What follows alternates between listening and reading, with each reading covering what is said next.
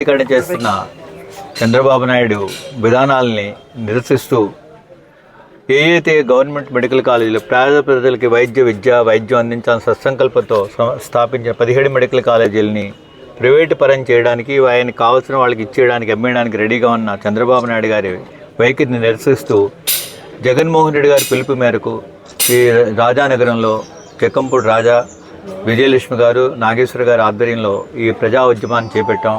దీనికి వచ్చిన ముఖ్య నేతలందరికీ ముందుగా అభినందిస్తూ రానున్న రోజుల్లో ఈ విధానాన్ని మార్చుకోకపోతే ఈ ఉద్యమాన్ని మరింత ఉధృతం చేస్తాం.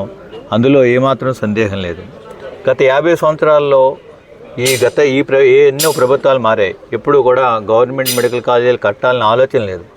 జగన్మోహన్ రెడ్డి గారు సత్సంకల్పంతో పేద ప్రజలు పిల్లలు వైద్య విద్య అభ్యసించాలి, పేద ప్రజలు మంచి వైద్యం అందించాలని సత్సంకల్ప 17 మెడికల్ కాలేజీలు కడితే ఈ ప్రభుత్వం వచ్చి దుర్మార్గ ప్రభుత్వం మోసం చేసి దుష్ప్రచారం చేసి అధికారంలోకి వచ్చిన ఈ ప్రభుత్వం ఈ మెడికల్ కాలేజీలన్నీ కూడా ప్రైవేటు పరం చేయడానికి టెండర్లు పిలిచి వారికి కావాల్సిన వాళ్ళకి ఇవ్వడానికి రెడీగా ఉంది. దీన్ని మనం అంతా కూడా ఆపుకోకపోతే ప్రజలకు తీవ్ర నష్టం జరుగుతుంది. ప్రజలంతా కూడా ఈ విషయం గురించి ఆలోచించాలి. రానున్న రోజుల్లో ఈ ఉద్యమాన్ని మరింత ఉధృతం చేస్తామని చెప్పి హెచ్చరిస్తూ